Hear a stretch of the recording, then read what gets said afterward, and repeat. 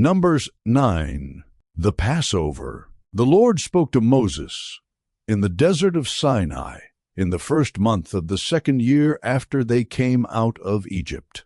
He said, "Have the Israelites celebrate the Passover at the appointed time. Celebrate it at the appointed time, at twilight on the 14th day of this month, in accordance with all its rules and regulations." So Moses told the Israelites to celebrate the Passover, and they did so in the desert of Sinai at twilight on the 14th day of the first month. The Israelites did everything just as the Lord commanded Moses. But some of them could not celebrate the Passover on that day because they were ceremonially unclean on account of a dead body. So they came to Moses and Aaron that same day and said to Moses, "We have become unclean because of a dead body. But why should we be kept from presenting the Lord's offering with the other Israelites at the appointed time?" Moses answered them, "Wait until I find out what the Lord commands concerning you."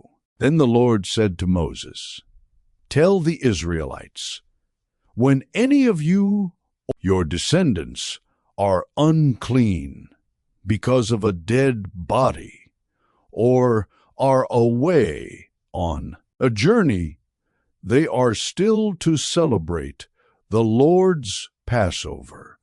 But they are to do it on the 14th day of the second month at twilight. They are to eat the lamb, together with unleavened bread and bitter herbs.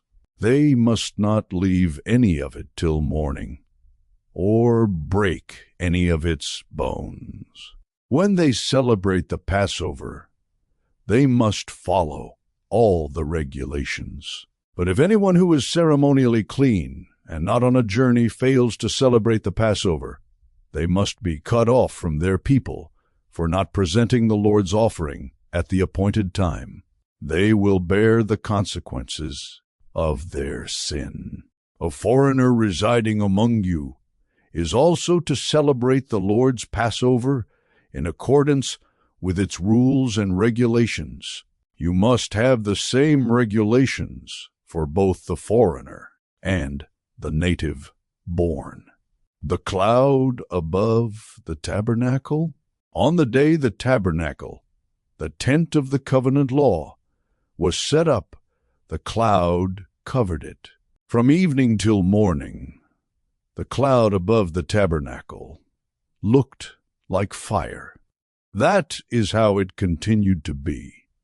The cloud covered it, and at night it looked like fire. Whenever the cloud lifted from above the tent, the Israelites set out.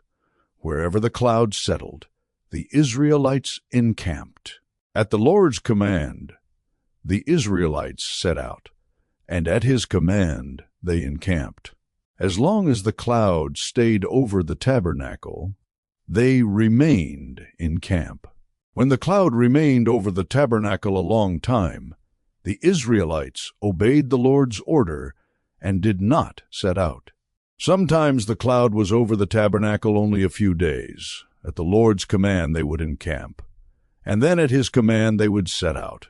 Sometimes the cloud stayed only from evening till morning, and when it lifted in the morning, they set out. Whether by day or by night, whenever the cloud lifted, they set out.